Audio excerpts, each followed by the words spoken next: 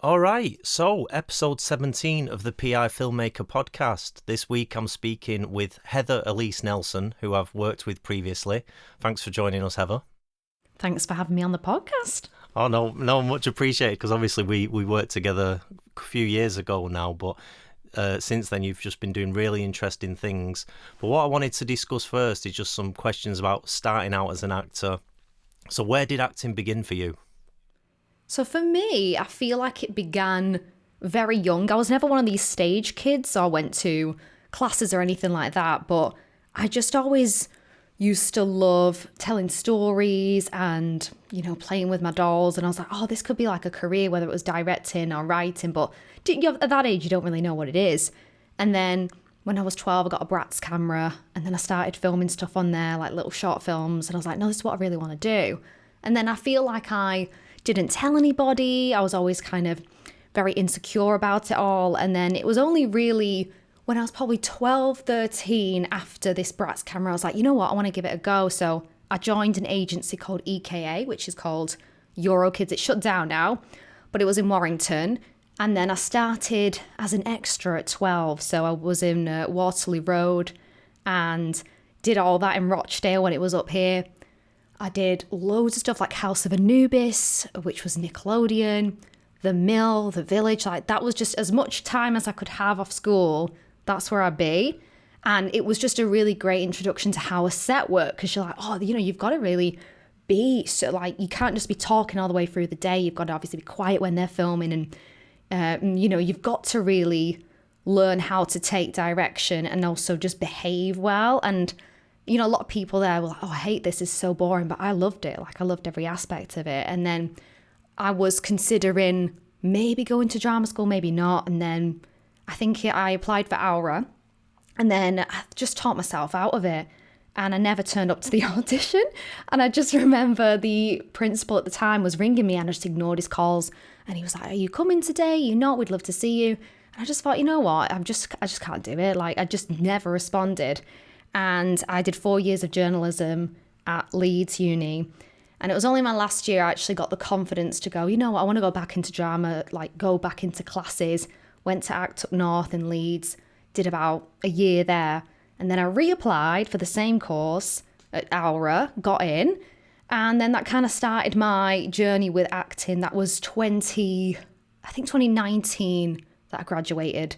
And obviously, lockdown, all that happened since. But that was the moment I was like, I'm actually going to take this seriously. Because before then I was like, oh, shall I not? Because when I did have an agency, EKA, I did get a few auditions for shows. And I always sabotage them all the time. I think that's something like a lot of actors suffer with, that belief in themselves. Do they deserve it? And now I look back, it was just all like, oh, I'm just not good enough. But it just took a while for me to get that confidence to do it. And then now, yeah, I feel like I'm in a good place with it mentally, as in I know who I am, I know what I want. Whereas I think when I was 18, if I'd gone into it, I don't know how I would have been, because I was always quite an insecure person. So I feel like I could have ended up down a different path. So yeah, that's kind of like a long-winded way of how I ended up back into it. I didn't realise it's quite fairly recent then that you did drama school, isn't it? Like, relatively speaking, yeah. Yeah. So when you then study acting and then start working in short films and indie films, how was that different to what you'd experienced on as an extra on some of these bigger productions? Well, I think for me, obviously, when you've got a role, you're now a character, so there's more of that. Rather than being an extra, you've got obviously lines to learn, and you've obviously got the camera on you and just learning a bit more about camera acting. But I never really felt overwhelmed by it all. I think because I was so used to seeing a call sheet and things like that, and being on a set with it's being fast paced and there's like high pressure, that when I was on a set, especially in like independent or short films, I was like, this is actually quite more chill a lot of the times. This is, there's a structure to it. And I think things like, even when I was an extra, I was like an extra on a show called The Evermore Chronicles, but it was more of a featured part. So I did have to go in one time and learn how to do a dance with the main character in this big costume, and then filming that and then learning where the marks were and all this. So it was like I was getting the education before I even had my first role on a short or a feature. So it was like really good for me to learn that, because I think it really helped me later on. Yeah. So were you doing short films whilst you were studying, or did you kind of just dive into studying and then do short films once you were graduated? I feel like I did it while I was studying. I think because I was doing a foundation, you had 4 days on and 1 day off, and you weren't really allowed to have time off, but I'd find ways around it, like, oh, I'm sick or whatever. And then, because I was like, I'm not going to say no to an opportunity. So I do like music videos, short films, like mini commercials here and there, mainly off like Starno and Mandy, because obviously I was self-represented at the time. And I think that helped me, because I think in drama school they never teach about anything to do with what it's like on a set or all the kind of like camera stuff. It's all very theatre based.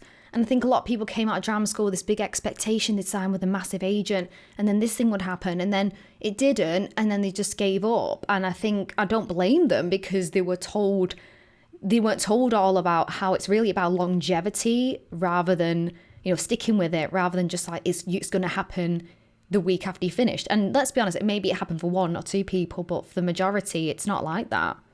Yeah, I mean, you've always struck me as someone who seems really self-motivated with like getting on Star Now and looking for chasing down the jobs. Is that something you had to make like a conscious effort every day to be like, okay, I need to spend 2-3 hours, or what was that like after graduation? Well, I think I've been on Star Now since I was 16. So I think for a young age, I just developed that habit of always checking, always messaging.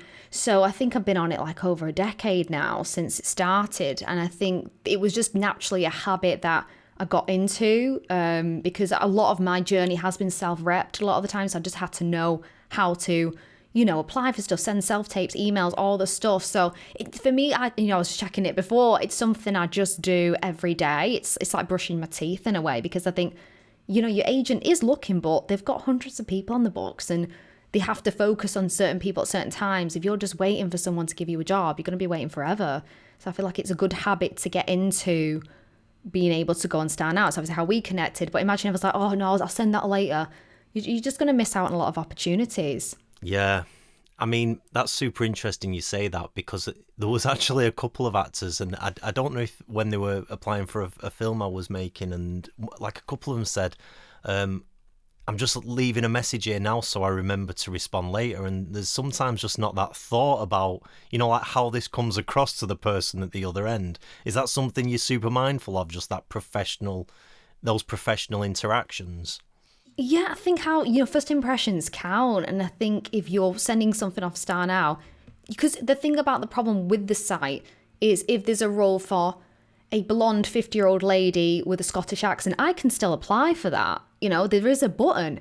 But I've got to make the conscious choice to go, yeah, oh, I'd love to go to the Scottish Highlands and I could put on a wig and age myself up. At what point do you go, no, actually just don't apply? And because you're going to put yourself into a bad position if you're like, I know I'm not this and blah, blah, blah. Because I casted a short film off there back in 2017 when I came back from my year abroad. I was like, I'm going to make a film. And it was obviously just like a bit of fun, but I thought I'd put the casting call out and you'd be surprised. People were just sending all sorts of stuff and it was nothing to do with what I was looking for. And it frustrated me. So I was like, I know that I can't do that to anybody else. Do you know what? So many things you're saying now, it makes so much sense why when I eventually worked with you, I was like, oh, if you could just find like 20 others, like every production would be so easy, because the amount of tapes me and Miranda had to look through on certain projects, and it's like, we said in your 20s, it's like, there's no way you pass for someone in your 20s. Not ever. Like people would be sending tapes, and it's like, I know you might think you still look in your 20s. You're about 20 years out of your 20s, and it's wild, but it's really good, like that you're obviously thinking about those things, and it saves filmmakers so much time. I mean, I guess you've done some student films and things like that, but when you're starting out and working with indie directors, did you start picking up on what you wanted out of a director? Like, what was good direction or a good director for you? Yeah, so for me, it was about that understanding. I think it's a director's project, so understanding their mind and what they need. And then sometimes I've worked with directors who give you like no feedback at all, and then you think you did one take and you're like, oh, was that even good? But maybe it was, maybe it wasn't. But I'm somebody who likes a little bit of direction here and there.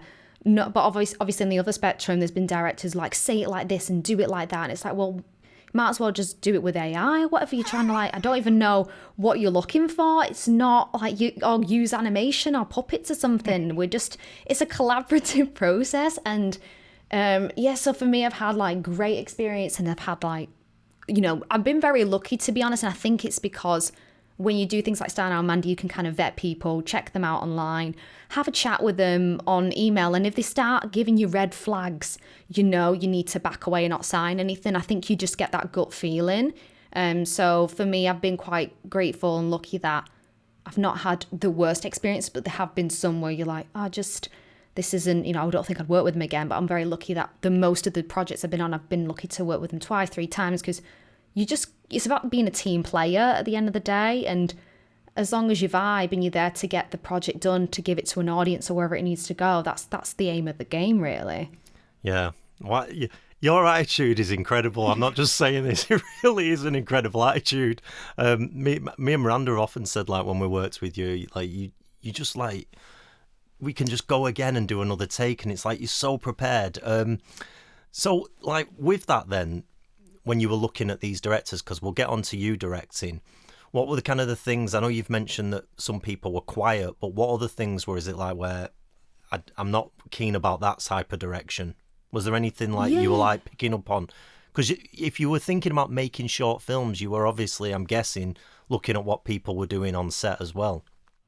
Yeah, so I think what I learned a lot from different directors is just that, again, it's about just seeing what's going on with that actor and then asking just a different question or giving them an idea of where it could go and giving them space to play, and for them to, it's not about spoon feeding, but I feel like allowing them to bring their own voice to it, their own way. And I think sometimes actors go on set and they want to please, but then they get kind of stuck in that space of, am I doing it right, am I doing it wrong? But I think it's about, let's do it, and then the direction's never a negative. It's just a bit of like feedback. And I think you can't be, as an actor, stuck, and sometimes you learn the script a certain way. So when the director's like, can you just try it this way? And then they do it again the same way.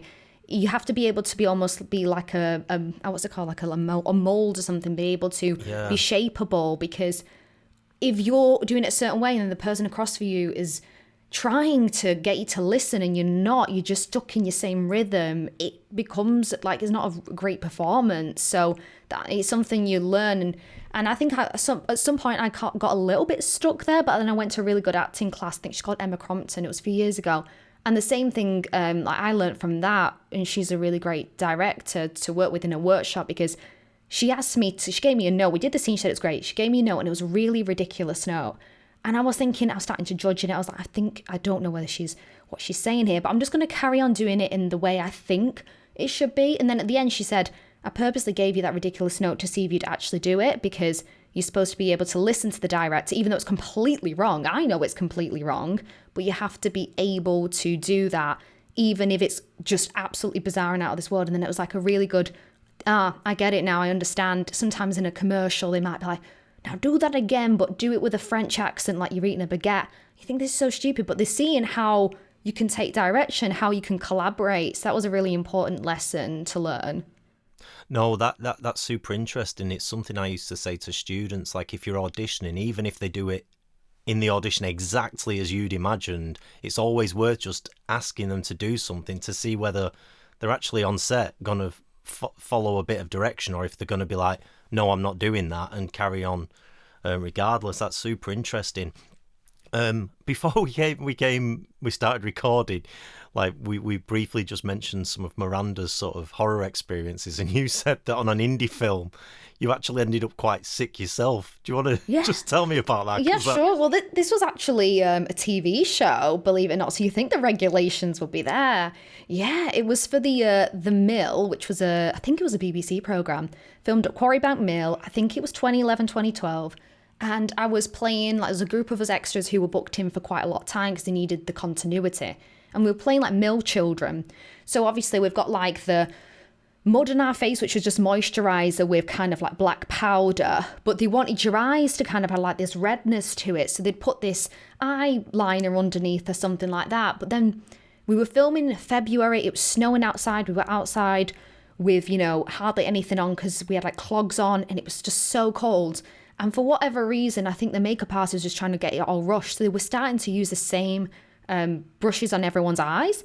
And then I just remember getting home and then being like, why is my eye like so itchy? And then the next day I like woke up and had like conjunctivitis, which I'd never had until I was like, maybe I was like 4 years old. But being like 17 and that, I was like, there's no other way. This has come from that job. And then when I was on The Village, I think a year after, I was playing sort of like a maid in the background, and I had this like corset on, and all I had to do was like serve this potato and then stand at the end. That's like, easy enough. But because the scene was going on and on and on, and you're stood there for 4 hours straight with no water, no food, I was starting to feel like a bit like everything was starting to go like white, and I was like, what's happening here? So I just thought, just keep going. It's nearly lunch. Next thing you know, I woke up on the floor and I'd fainted during a take, and then obviously all the director and everyone's coming up to you like, oh my God, are you okay? And then they said that I was out for about 3 minutes shaking. I was like, yeah, but it wasn't because I was sick, it's because I hadn't drank or eaten anything for about 6 hours, and I've just been stood there like a soldier. And part of you thinks, could I have said something? Maybe I could, but when you're like that age and there's all these power dynamics on a set, you feel like you can't say anything. And so that kind of put me off a little bit of the extra world, because, I know so many extras who do it, and you're there 12 hours, you might be waiting ages, there's all sorts of dangerous things that happen. And so it just made me think, right, kind of like what Miranda was saying, you just got to speak up for yourself sometimes, even though you don't want to, because you're like, I want to be professional.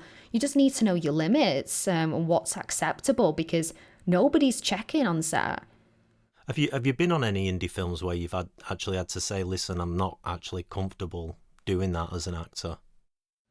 I'm not asking you to name any productions. Yeah, no. There's I'm trying to think. So I've done a few things that I agreed to, but then I was like, look back and thought, no, that was actually, I wasn't comfortable with that, like on screen kissing sort of things, when I'm like, I haven't even met that person, not even had a conversation. Next thing you know, I'm in a music video and we're in this dungeon thing, and then I've just got to, go and do that. And that's just was really uncomfortable. And I thought, well, have I signed up for this? Like, what was the reason?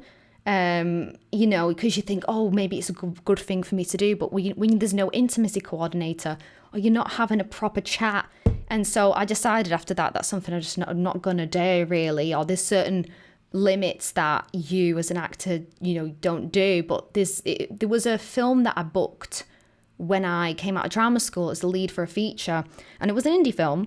And there was a lot of like, the funding's coming, don't you worry. And I was like, great, amazing. And then eventually she was like, oh, sorry, the funding's not come through, but we're going to just like carry on, but I'll keep you updated. So that was that. And then after I'd never met this woman, it was all online, and she kept sending emails just about updates. And I think I replied to a few, but the rest of them didn't warrant a reply. And then she just was like, if you don't reply to this email, it's clear that you don't give a shit about this. We're going to recast you, all this stuff. And I was like a Christmas elf at this point, like absolutely burnt out on a Christmas job. So I was like, what in the world? So obviously I being so like, oh, this is like the dream role, messaging about like, I'm so sorry, like I'm still so interested. I wish now I'd said something else, but, and then she's like, that's fine, no worries. So I was still in the lead as this character. And then about 6 months later, finally she's like, okay, we're going to go ahead with the filming. Here's the contract. I'm reading it through. One, there's no payment until the actual project sells, which was never agreed. And then two, she was like, it's like full on nudity. And I was like, you've never mentioned, if you read the script, there's nothing about nudity. And so I was like, I'm not doing it. I'm like, I know I've been in this whole thing for about a year, but I'm out. Like, that is ridiculous. And she was fine with it. She was like, okay, no worries. And I think she actually casted herself as the lead in it anyway, which she was completely not the casting type for. But I thought, good for you, if that's what you want to do. But it was just one of those where I wish I'd maybe just asked a few more questions, or you get that gut feeling of, this is a bit odd. Why she's already been a bit off with me. So what's it going to be like on set? Yeah. Wow. That's... I don't really know what to say to that.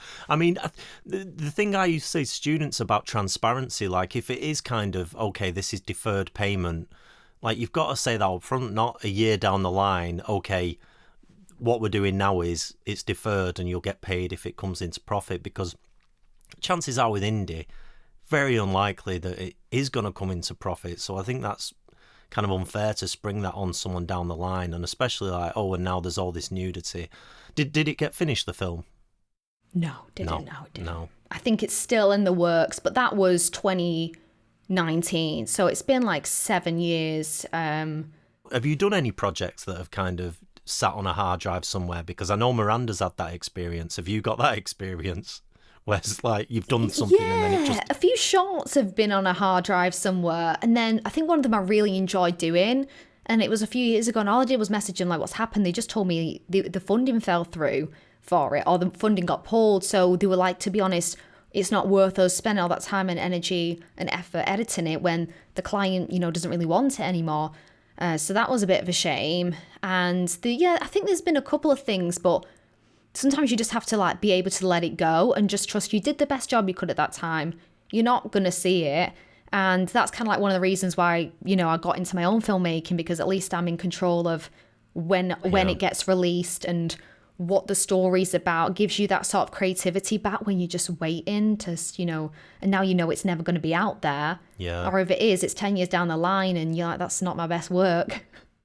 And your headshot's nothing like that either now. Yeah, exactly. You're like, how am I cutting this into my show reel 10 years later? Okay, so obviously we worked with each other on Blurred Lines, so I thought we'd just have a quick chat about this. So that was a film, obviously, that was pulled together pretty quickly. And originally, because we were trying to just get this together at the last minute, I spoke to some people who were due to be in Notion. One person said yes, and then they looked at the scenes that they were involved with, and then suddenly they were like, actually, I don't want to be in this, which is fine. I think that maybe they looked at the fact that this person was going to be a bit of a negative portrayal of actors, and then they had concerns about that. Reading the scripts, I mean, I have my suspicions as why this wouldn't bother you, because you are super prepared. But were there any concerns about playing this actor who's not as prepared as they should be? For me, I think it's reality in a way that can happen. And I think when this film came, into my life, I'd already played a few antagonists. That's kind of where the angle of where I was kind of going with my career, actually, because that seemed to be a theme. I'd always play the antagonist. I was like, great, another opportunity to do that. And in a way, as an antagonist, you get to affect the viewer a lot more. There is they're going to hate you, and that's great. At least you're evoking some sort of feeling. But as long as there's truth to that, because there are actors out there like that. And for me, I was very happy to be involved, because I think this is part of a wider theme of, if actors in the audience or, watching it online see it and go, oh, you know what, I know someone who's in that, or I've almost been like that, then at least it gives them that, oh, maybe I should next time, like if I get another project, I'm not going to do that, because now I see this perspective that it's actually very unprofessional. Yeah. I mean, someone that I know said that they thought when you were, making the threats towards the end of the film, they said it was like really quite unnerving. So obviously that villainous side came across. But sort of, how do you approach playing a character who's kind of difficult and argumentative? Like, because you're obviously not like that at all. So what kind of what are you doing prep? Like, what are you doing with those lines? Because I'm going to go on record, Heather knows the lines for a film inside out. Like, Heather is exactly like Miranda, like David. They're the people you want to be working with because they are so prepared. But how do you think about where you're going to ramp up that kind of argumentative nature? Because at the start of the film, Olivia's almost a bit passive, and it seems like David's the more antagonistic one. And then towards the end, she's a bit more like, I'm not having this. You're going to... So how do you... What's the prep look like? I mean, not just for this film, but for any film. What's your process? Well, I think when we first got the script, I think that the last scene wasn't written yet. That was added extra, wasn't it? So it was. I didn't know where she was going to go after that, whether that was our last scene, that was it for Olivia. And I just thought, just do the best that I can. And I just thought about, where have I seen this in my own experience, and bring that to the character, like taking selfies, posting it all online, like no NDA or anything, just like, this is about, it's about the fame, not about the acting. Because obviously I think some actors join, or some people join acting because they want the fame and attention. And I always think that's great if that's what you want to do, but also make sure you're on TikTok and Instagram and posting there, because that's where you'll actually get that validation and that fame that you're looking for. That could lead to a million opportunities, don't get me wrong, but in terms of this prep, I was like, that's the kind of character who's in this, you know, and she's like, whatever I do is great, whatever I do is fine, it'll be fine on the night. And when you sent me the final scene, I was like, now I know where I can take it, because I think at first I kind of made her a bit more ditzy, maybe like you said, a bit passive, like, is she bad, is she not, is she just kind of like, you know, who is she, and do we hate her, do we love her, is she just, what is she doing, is she going to turn this around? And then that last scene, you're like, oh no, she was this whole time hiding under this false kind of niceness. There was this really horrible thing she was calculating the whole time, and you know that does happen, as you obviously you know, that they, you know, some that can happen where actors just get this self-inflated ego and think, all right, I deserve this for not doing anything, I've not done any work, but I want to, you know, take you to court or equity. And I think there's obviously some occasions where it's right, don't get me wrong, but in this scenario it's not. You know, I've took my agent once to equity, an older agent, because they didn't pay me, but it took me a year to actually say that, because I was like, am I allowed to as an actor say that? But I've not had my money, you know, I've been waiting a year. And then in the end, when I saw this is not my agent now, but a few years ago, when I saw he was on a holiday with his partner in I don't know where, I was like, is that where the money's gone? Is that where he spent the money on a holiday to Greece? And then so I went to equity, and they told me someone else on his books had also been owed like £9,000 for a TV show. Mine was like 1,000, and I thought that was a lot. And so in the end, he ended up paying us. You know, he actually, we didn't manage to get to court, but the money was clearly there if he could pay it. I don't know if he paid the other guy because he paid me before him, but that was just one where I kept telling my partner, I was like, shall I message him? Shall I ask him again for the money? And I was like so polite about it, like, where's that money? And do you know what? I ended up messaging the production company. They never replied to me, but that was obviously a bit unprofessional on my end. So like, have you paid my agent? Wow. And he just kept pushing it off every time I rang him, saying, oh yeah, it's on the way, it's on the way. It never was, until I had to go to equity. And then, you know, there's a whole conversation there about agents, and, you know, there's no regulation. You have to really do your research. So I just happened to end up with a bad egg at that time. Wow. Yeah, there's been a lot of stories like this recently that have come out that I've seen online with a few agents. It's shocking stuff. Wow. I'm sure. So, for you, like, when you think about that, difficult actors, where is there a line for you where it's a difference between an actor asking questions and an actor who's being difficult? Like, where do you think that line is for you? Where do you like where some actors are?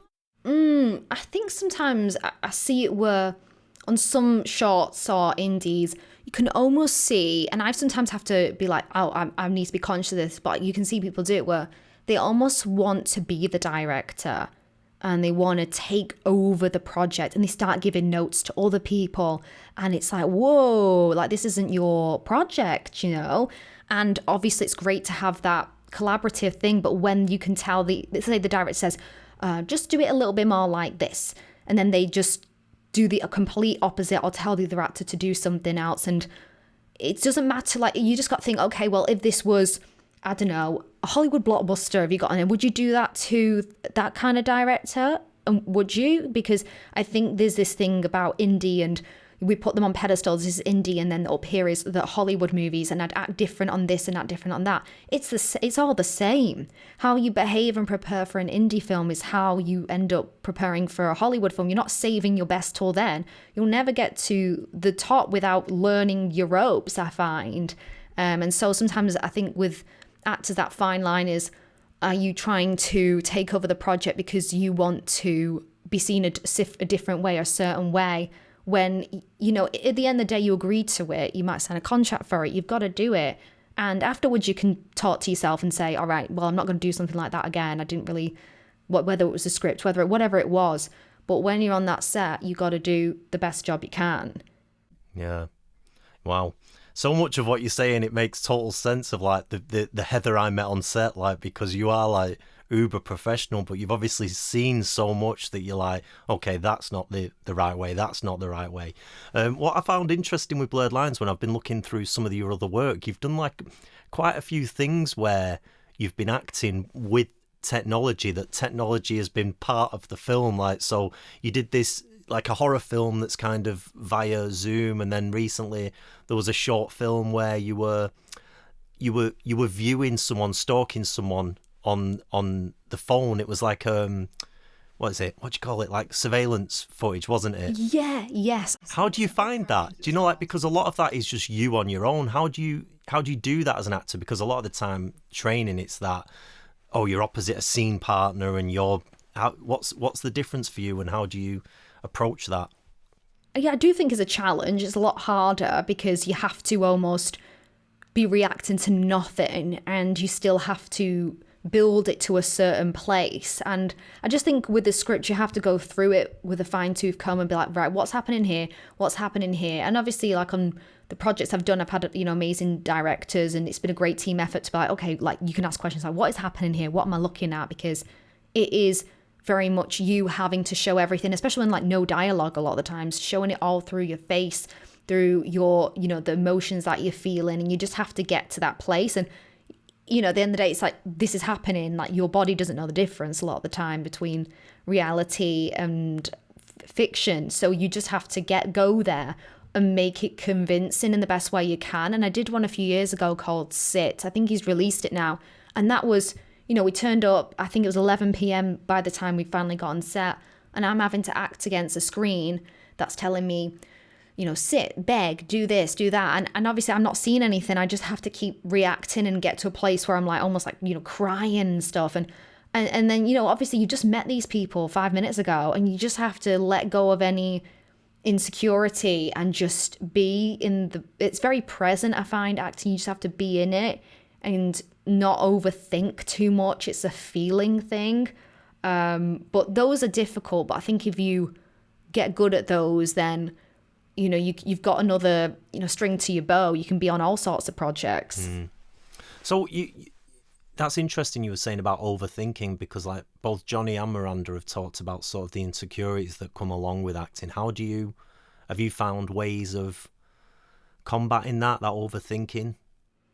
I think it comes from like a lot of reflection. I think for me, I say I think a lot because I do think a lot. And it's normally happened I remember there was a commercial I booked a few years ago that it never aired, but it was in London, and I just remember they asked me to do a London accent, and I did the audition in a Tenerife airport bathroom because they were like, we really want you. And I thought, oh my God, I had to like close down the disabled toilets for 5 minutes to do this recall after I got off the plane.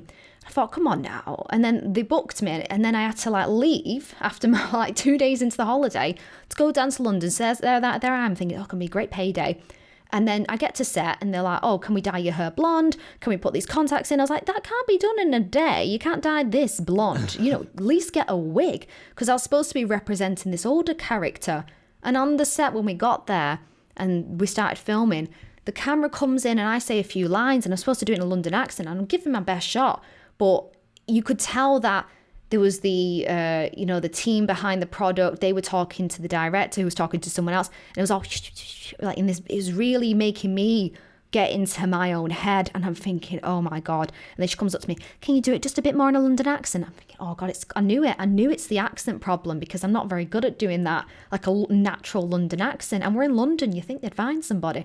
And so they kept having to do it where the camera comes in and I say these lines. And thank God, for some reason, I took a few deep breaths when they were chatting. I thought, focus, focus, focus. And to be honest, I'm very proud I never got any of the lines wrong. I didn't fluff up anything because I was going to get there if I'd let myself get that way. And then obviously when I got the train back, I was like, that was awful. I know it was awful. I know I was trying my best. But, and the film, obviously the commercial never got picked up. And, it's kind of on them as well that they didn't pick someone when I told them I couldn't really do the accent. And I had an audition recently last year where the director was just really horrible. Just telling you what to do, but then not giving you the right direction for the next time. And then instead of giving you direction, he just went, oh, and then just ignored you and you had to just leave. And I was like, what is actually going on here? So I'm on the train back, like in absolute tears, thinking, should I just leave this industry? Obviously not, but I just think you just have to really pick yourself up and be like, that person was probably having a bad day. And either way, even if I booked it, I wouldn't want to work with them anyway. No. So you have to just keep telling yourself those things and reminding yourself why you're in the industry in the first place. Otherwise, I think you go crazy. Wow. Just tutting in front of an actor, that's wild. Yeah. That's exactly. Absolutely wild. Right. Okay, so, I mean, maybe this is the explanation as to why you eventually started thinking about writing yourself. So, you've done some kind of shorter sketch type things, haven't you, that you started with in terms of writing. What was it that attracted you to writing your own stuff? Was it this, I need to make my own opportunities? Was that a big thing? I think it was a way of just expressing myself, I found at the time, because I started a new drama class and we started workshopping. It was a showreel scene 6-week class. And for some reason, I was thinking, you know what, why don't I just write my own? And then I started writing, it was like a period drama one, and then we workshopped it. And I thought, oh, this is really good. It's only a minute, because it's only meant to be a minute long. And then I started just to continue to write minute, 2 minute, 3 minute short scenes that were always show reels. And I think it was because I knew what I wanted to get across. And sometimes when you're on a project, you're not going to always get the character that you're looking for or that you want to portray. And I think that was missing in my show reel. And so I just thought, I'm going to write my own stuff. I didn't think it would ever lead to me wanting to write anything bigger than that. But it has, and it's unlocked this whole world where I'm like, oh, I love it now. I love that. Like you say, you know, it's personal, they need to know. That was like the heavy pencil, basically. That's the most personal film. The rest of it was just whatever came to my imagination when you're going for a walk. But it's been a way, I think, as an actor, you can express yourself a bit more. With writing, you can create the characters that you probably may never get cast as. And there's quite a lot of freedom to that. Because we're in this industry to tell stories and express ourselves. And if you've not yet had that opportunity, you can always create it. I love that. That's really cool. I mean, I went and watched them all again yesterday. So there was the period one, that was Two Sisters, and then you did this one called Paris. Was that the title, Paris? And then Capricorn Moon, is that right? Is the title I've got. Yeah. And you were obviously maybe leading to something longer. When you were working on each one, were the things that you were picking up like, okay, if I write something longer form, I need to be mindful of this or this? Yeah. Because the period drama one was, we were very lucky that we filmed it outside Smithers Hall. And at that time, you know, I don't know if we were allowed to film out there, but we just did it anyway. And it seemed like after we did that shoot, they were like, if you want to hire this place, it's £50 an hour. They can't put that everywhere.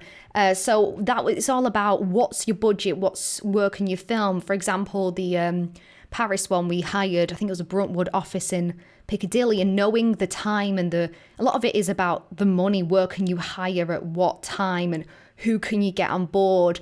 The dark comedy Capricorn Moon was a showreel scene that we did with L1.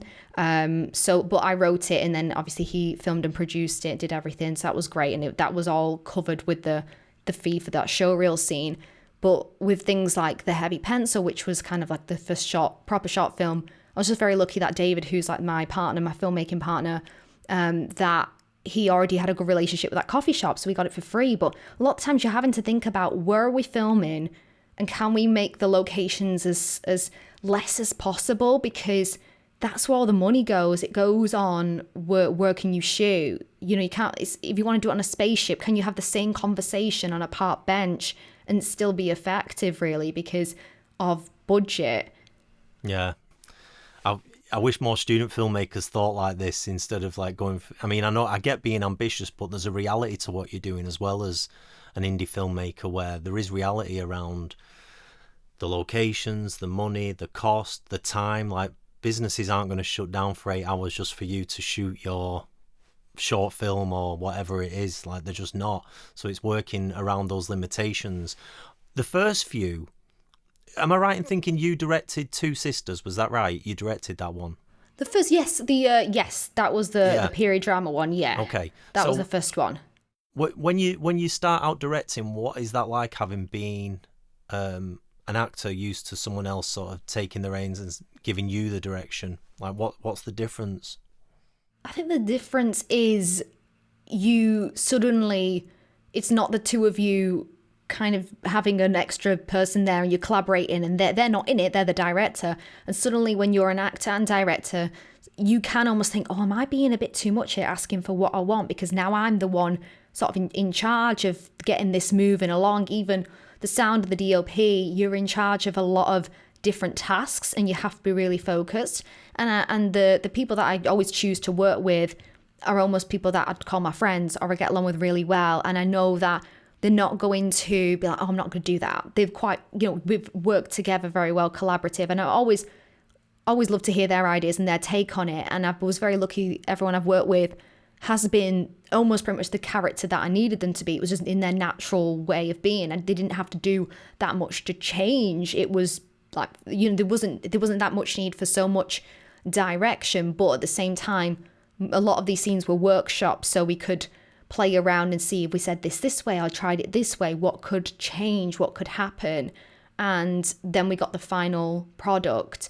So with the two sisters, we'd already workshopped it for about 2 weeks in a class. So when we actually brought it to Smithers Hall, it was all, let's go. And I found the DOP and the sound recordist off Facebook. I just thought, right, I'm gonna put this all together, gonna give it my best shot. And I paid everybody as well, even though I think the whole thing cost 350 quid. And I thought, all right, for a minute, that's probably a bit over the budget, but I thought, I didn't know any better. I was like, let's just give it a go, because it was all filmed on, I think, a Blackmagic, and my laptop was not holding those files. And so I had to go back to the DOP. I was like, can you please edit this and I'll pay you, because I could edit it, but my computer's crashing and I don't even know what I'm doing. So that was helpful. And then the rest of the stuff is like Secret Santa and the Heavy Pencil. I've been lucky that he did everything, the editing, the lighting, he's a genius and all that. So it's like I felt like I've known him for years, so I had a team player there. I think it's a lot about the team that you're in when it comes to directing, that everyone trusts you. Yeah. Wow, I'm so impressed that you just went all in and just like, I'm just going to make sure I pay for all of this. That's incredible. I mean, we've built towards the Heavy Pencil, and the Heavy Pencil was the reason why, like, you'd posted that it had gotten into another short film festival, and I was like, listen, we should have a chat on the podcast, because when you put this up online, I thought this has clearly come from a personal place, and you've mentioned that already. So with it being probably your most personal film, first of all, do you want to just explain to people new to acting what a heavy pencil is? Yeah, I feel like that's something I always need to explain, and I always forget. But yeah, a heavy pencil is, if you're an actor, and usually in it's commercial, you're down to like the last 2 or 3, they'll say you've got a heavy pencil, and it means you're in the running to book it, keep the dates free, but you might not get it. And usually you don't. And you, in your mind, you've already spent the money, you've already got on the plane, you're on, in the beach filming, but that's a heavy pencil. It's almost keep it free, and you most likely will get released from a heavy pencil, or you might get lucky and confirm it. Yeah. I mean, I'm not sure on this concept of this heavy pencil, not the film, the actual the industry practice. I think it's pretty sly, to be honest, that you're asking to someone keeps a day free, and then you're saying, oh, actually, because Miranda's had it, and then they never even let you know sometimes. Yeah, Miranda's had it. That's kind of what, in the film, that's what happened. So it is about that, because I made this, it was supposed to be a showreel scene, and then obviously it became a short, but now I'm glad, because I'm thinking, if I made it a showreel scene, I started sending that to casting directors, they might kind of slagging us off a bit. So I'm glad. Yeah, you don't want to do that. You've seen the trouble I've had with blurred lines. It's backfired massively in my face. That'd be you with the casting directors. So a big part of it is about 2 actors. It's 2 actors sat opposite each other, having a conversation about their careers. You're right in that. Are you both characters? When you're sitting down to write that, was it a way for you to express the sort of 2 sides of the coin of a career in performance? Absolutely, that's exactly what it was. Yeah, I just finished a day of filming. It's like a web series and feature film called None But the Lonely Hearts. And I've been filming that for about 3 years, or 2 or 3 years on the trot. Like every now and then we go and film it. And I really loved that experience. And it was the longest term project that I had. And then when we did the final day, I think as every actor knows, there's that big calm down after you've wrapped something, especially when it's something that you kind of used to doing every other month, every few months. And I just got home and I was like, and David had already managed to wrangle Costa Coffees upstairs for, I think he booked it for maybe 2 hours, 2-3. It was like not a lot of time that we had, maybe 2-3 hours. Might have been longer, but it was a very short amount of time. And I'd already wrote a comedy script and we were planning to film it because David wanted to practice a bit more of short film filming and I wanted to create a showreel scene. So it was like a win-win for both of us. And then I think it was a week before, I was like, you know what, I've just wrote something. And it's just come from my brain of, should I say, you know, all that actor stuff just came out on the page. And I was like, no, I want to film this and we need to get another actress in it. And I didn't know Renee until the filming day, but I'd put it out there on a WhatsApp group and a few people responded, but I just was so interested in her. And it was almost her first short film as well. And I'm very much somebody who loves to give people opportunities, especially when they're looking for work or they need a showreel scene. I want to help with that. And so that was a major incentive because I just knew she'd smash it out the park, which she did. And it was, for me, felt so much like pride in helping somebody get the first short film. And the fact it's gone into loads of festivals has helped us both, helped everyone massively. Wow. So when you're shooting that, what were the hours like for that shoot? How long are you in there? I think we had, it was either like definitely under 4 hours. It might have been 3 hours. It was a very short space of time. And in our heads, it was the two of us sat there on the table, and then it would be obviously close up, medium, a bit of the hug that we do. And then we were really hoping to get wide and some close-ups of the phone, etc. But because, as you said, it's a business, they're not going to open it up for you all night, are they? So we were literally rushed down to the last minute. We're like, we couldn't make the wide happen. But you know what? It's fine. It still works without the wide. It still works without the close-ups. And I think it makes you be a bit more creative in how you need to, especially in the last bit where I've got the phone, you can't see what I'm looking at. So I'm having to really show that and what I'm doing and what's going on, because there's no cutaways for the audience to look. But I found it made it more interesting because the audience has to guess what's going on now. They have to think, they have to actually switch on. And I find that those are the movies that they're more engaging, whether you like it or not. You're actually thinking what's happening, you're thinking, you're observing. So we did have a tight schedule, and obviously David was doing everything from the lighting to the sound to the film, to like all of it. And obviously we were very, very lucky that his wife Roxy was there doing the boom and doing the behind the scenes. So it's like a very small crew trying to pull this together. That's super interesting, because one of my questions was about it's shot, and this isn't like an insult, it's just shot very simply, isn't it? That it's kind of one actor, the other actor. And like me myself, I love filmmaking like that. I think there's a lot to be said of just holding on an actor's face. But then, like what you've said now, that there was just some limitations around actual access. When you're working with the DOP, are you just kind of leaving them to that, or are you saying, okay, can we do this? Can we do this? What's the relationship when you're the director with a DOP? Because you're obviously, your main thing, I'm guessing, is performance, like concentrating on those elements. Yeah, I think because I've known David for years, we could have that open dialogue of I trusted what he was doing. I think we had a discussion before about, I think he'd mentioned, what do you want to do, like close up, medium, and then maybe a wide. I was like, yeah, like as you said, keep it simple and that will do. And obviously we're setting up the light and all those things, but with the light and the sound, everything else. And obviously we spent a bit of time trying to set up where it was going to be, because there was all the tables, like which one's going to be the best. And there was a bit of time trying to figure out what was going to be the best place to be. And that was where we ended up. And I feel like, yeah, even though it is simply shot, but I know what you mean. It's this thing of when you start want to do like whip pans and all this, you just add in more to the shot list. And at the end of the day, this is a story, like a small like conversation, like a drama. There's only so much you can do with like you said, the limitations of where you're at, what you've got. And so, but I think working within those lines makes you more creative. Yeah, absolutely. No, and absolutely, it's not like an insult, because I mean, I shoot very simply myself a lot of the time because I like just seeing an actor's face and seeing their emotions. I think that's maybe been lost a little bit in recent years, especially like you watch Netflix and everything's so flashy and you're not getting time to just watch an actor. And that kind of brings me to one of, like, the bit I think really elevates the film is like that final moment, where she gets the phone call and then she just sat with her own thoughts. What were you trying to show there about the ups and downs of the actor's life, so to speak? Hashtag actor's life. Hashtag actor's life. In that moment, it was about all of it, all of it coming to a head, the ups and downs and the loneliness and this sort of, okay, this things happen in your personal life, which isn't good. But then you've just got a phone call and the best news have come through. So you got these two feelings just emerging. And then you're like, I want to celebrate it.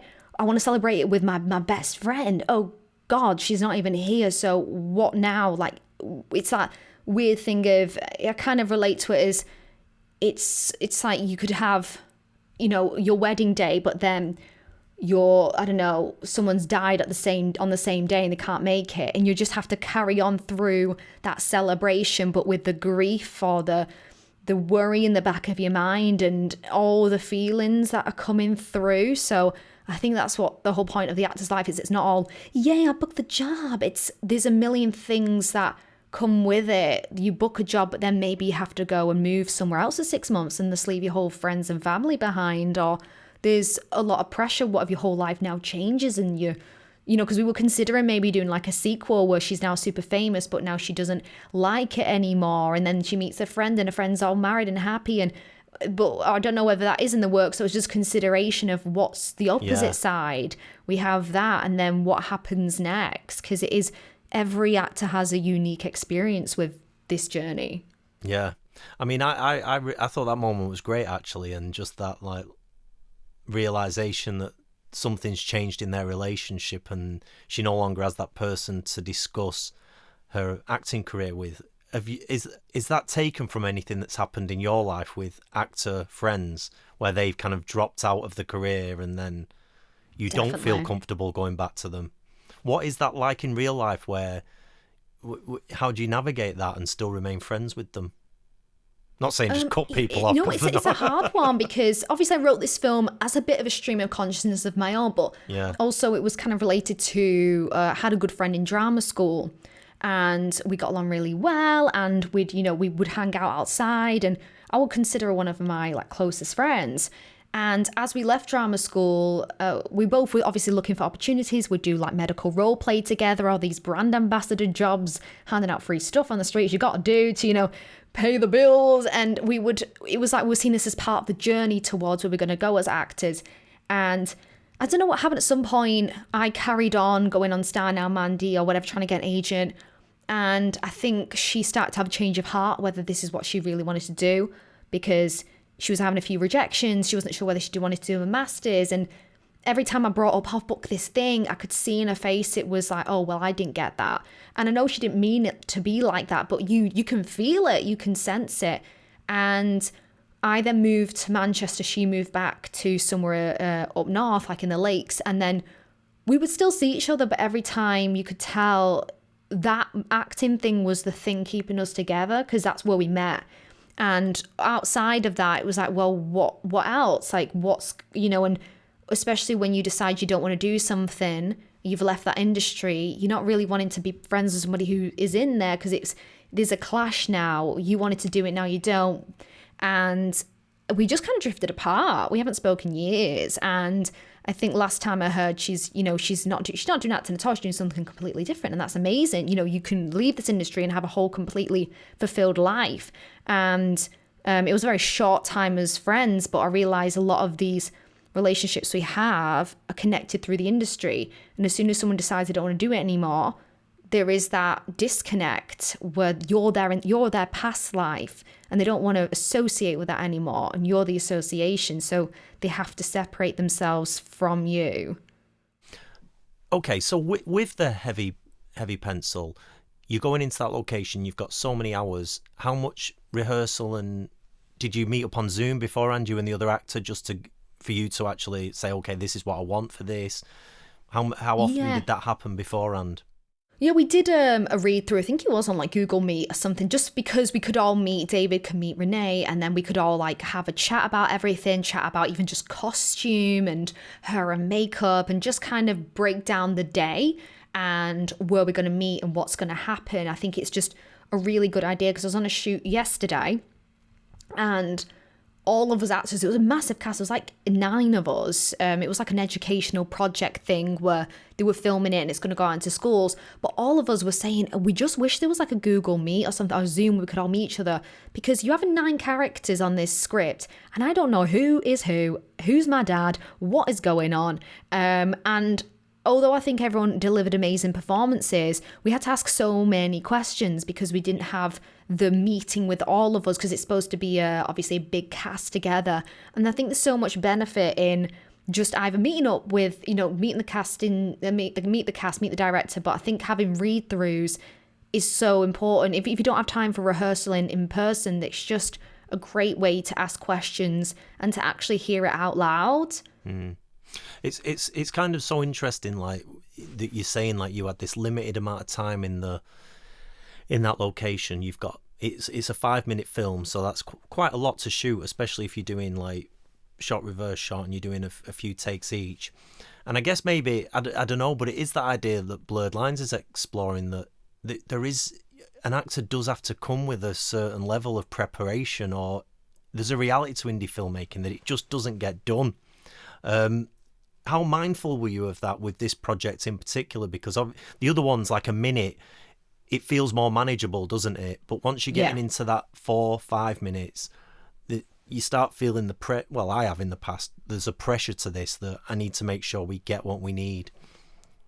Yeah, I definitely felt it in the last probably 30 minutes or so, because obviously the last scene is the phone call. That was the last part. Oh, wow. So we only had 2 takes of that. And obviously, because myself and Dave were very collaborative, he also was able to give a little bit direction, because when you're performing, you can't always see what's going on. And he was like, why don't you try this? And I was like, okay, let's give it a go. And I think that's what we went for, because he's obviously seeing it. And sometimes I think as an actor, you think you're showing something, but it's not coming across a lot of the times. And it's good to have somebody who you trust that can just say, what was going on there? And then you can go, okay, now I know, now I'm in, I've got it now. Because in the back of your mind, you're thinking, oh God, we only have like 30 minutes, got to get this done. And you have to let all that go. And I think I didn't have too much pressure on me at that moment a lot, because I was thinking in my head, it's just a showreel scene at the end of the day. Like it's just going to go out to agents or casting directors or whatever I want to do with it.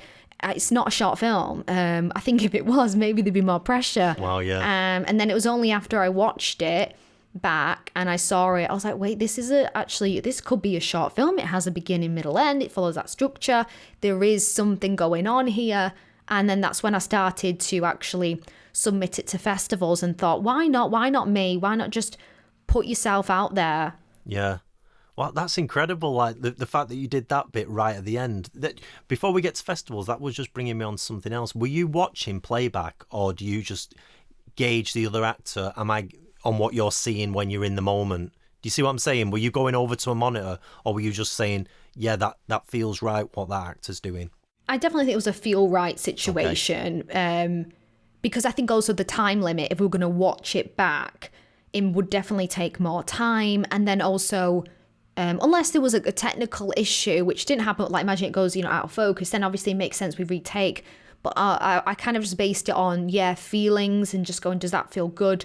Are we listening to each other? Okay, great. I think we've got what we need to get across, because we did that, discussion about what the intentions were, what's actually happening here. Yeah. And like you said, the prep is important. It's not just you show up and you say the lines and you leave. It's what's actually happening here. Renee was, because she was just rejoining the industry, but she was so professional, and I just was so grateful. I mean, not that I've worked with not really worked with any terrible actors at all, but she was just one that really stands out to me as somebody who actually learn all the lines, which is obviously, bare minimum, but she brought so much to it, and I'm so grateful because it would definitely, have not been the same without her. I mean, so sorry, you cut off a little bit there. You've just come back, but I heard what you were saying. That's all right. It's just like you just froze. Oh, the joys of technology. I've lost my train of thought with the questions now. Sorry, can we just backtrack? Yeah. How would you changed as a director between that first sort of short sketch and when you're on the heavy pencil? Did you feel like you were growing, like, okay, I feel more confident, or what was changing? Or did you feel like the same filmmaker? I don't know. Yeah, I feel like it didn't really change so much because the first ones I did, I guess it was because I was doing it with my friends and we're like, oh, we understand what's going on. I guess with this one, I just, maybe because I wrote it and I spent a bit more, I'd wrote it, it's the longest one I'd done. I was very clear about what I needed and was expecting or wanting, whatever it was. I had the idea in my head, and, just the right actor understood that. And they, Renee also was explaining to me that the character she was playing, because in it she says she's going to go into teaching, and Renee had just left teaching to go into acting. So there was that sort of similarity in the worlds that she could relate to, and that was really helpful. So I felt like it didn't need so much direction. It was just in the moment, really listening to each other. Yeah. Wow, what a journey. So it becomes a short film. First of all, how did you decide what festivals you were going to target? I think the first one I've thought of was like just local ones, whatever was in the Northwest area, because the intention was bring it to where you already are, because you can network and meet people and watch other local filmmakers and get into that scene. So I started applying it to like loads of different local ones. And then I don't know how I heard of it, but I ended up coming across Women X, and they were like BIFA qualifying, and I thought, oh, what, maybe not. Will it get in? It's like, high standard. So I kind of had it in my film freeway for a long time. And then I thought, you know what, I'm just going to do it. I'm going to submit it. I think it was like 40 quid or something. I thought, all right, you know what, even if it doesn't get in, I feel like this is some supporting film in a way. I'm supporting this work. And I went to a writing workshop in Manchester because Rianne Pictures, who run Women X, they do every year different locations, and they picked Manchester. And I went along, I did the workshop, and then at the end of the workshop, it was Karis, Rianne, who runs Women X. She came up to me at the end and she said, I know it's early days and there's no official announcement, so you got to keep this on the DL, but you got in, the heavy pencils in. And I was like, really? What? And it was just like so crazy. I was like, you serious?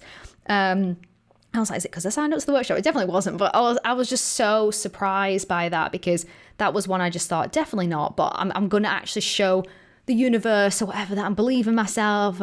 And so to get in was like a massive achievement, because that was like one of my like first films. Wasn't even meant to be a film, but she just said it's obviously, the category was best friends for now, and it fit perfectly. So it was kind of luck and timing that it fit the theme of what they were looking for, and I didn't know that until afterwards. So that kind of worked. I mean, what's amazing is like when you look on your YouTube, like all the laurels, it's been in like a fair few festivals.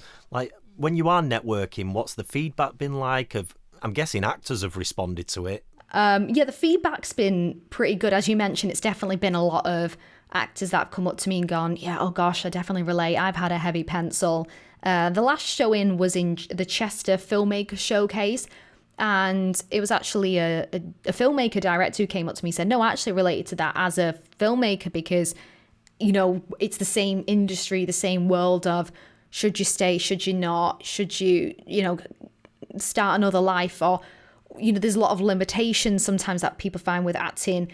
Can you also have a mortgage and be a successful actor, or do you need to have something else on the side? And I think it brought up a lot of conversations. I think anyone who was not an actor could probably now get a bit more understanding about what can happen if you've got any actor friends, what it's like. But I think it's definitely, the audience is mostly creatives that get that world. Yeah. I mean, what I think's really good about the short is it is that kind of idea of, well, of just people growing apart, like, which happens whatever walk of life you're dealing with. But as an actor, someone who maybe isn't used to seeing that other side, the submissions, the emails, the rejections, what's that been like? Has it given you some sort of added insight into the sort of difficulties of independent filmmaking?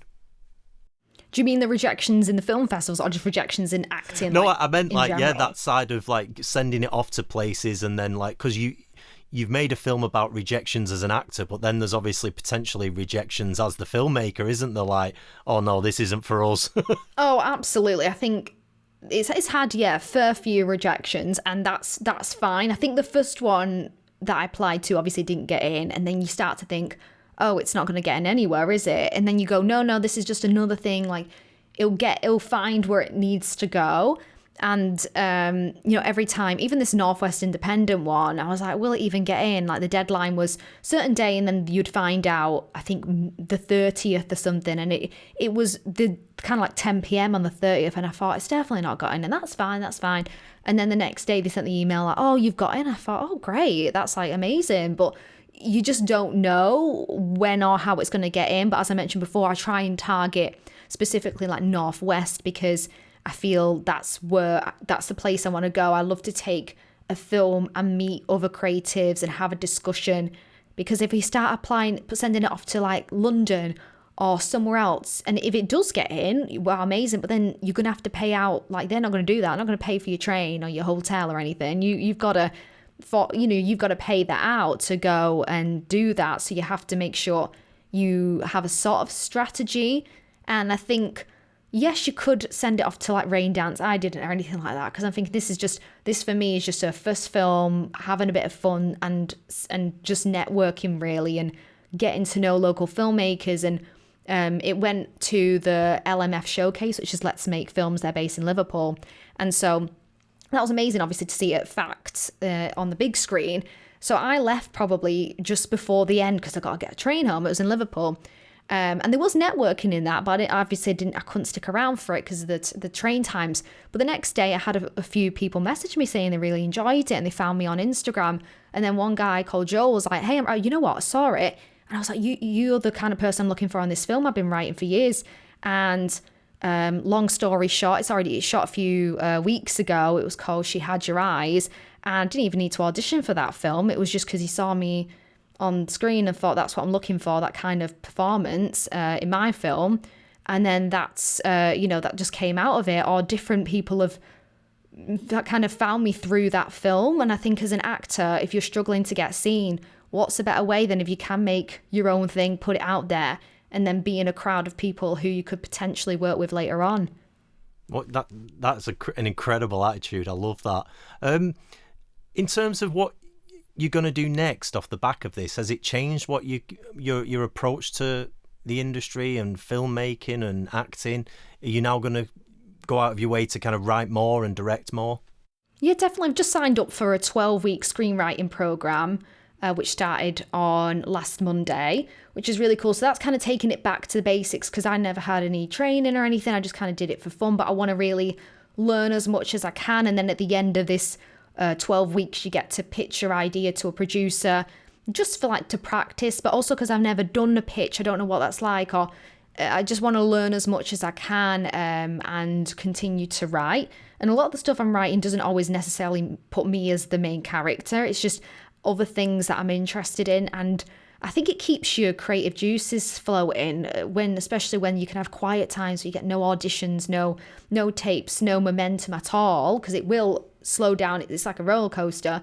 So if you've got other things you do outside of it, rather than obsess about it, I think that's what helps. And I found writing has been more where I've been going to rather than directing. That might be later on, but definitely writing has been a big thing that's come out of all of this, that I might actually want to do more of that. That's incredible. I love that.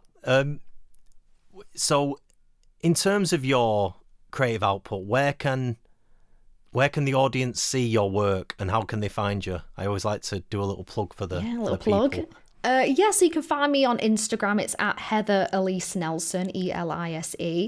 And the heavy pencil, if you go on my Instagram, it's linked in to the link in the bio, so you can watch it. And on that YouTube, which is the Heather Elise Nelson, I guess that's what I called it. It's just all my shorts are on there, all the sketches, or if you want to check out my spotlight, again, that's on my Instagram as well, on my link in bio. So if you want to come find me, or I'm usually around Manchester, so I am doing Offcut this year. If anyone's heard of that, it's like a theatre festival with short writing. So I'm performing at the end of June. So if anyone else is in that or wants to see it, then you can come and watch us. I've not wrote that one. I'm just performing in it, but it's about finding the best play, and whoever wins gets it turned into a full length play. So if you want to get involved in voting for the best, come along.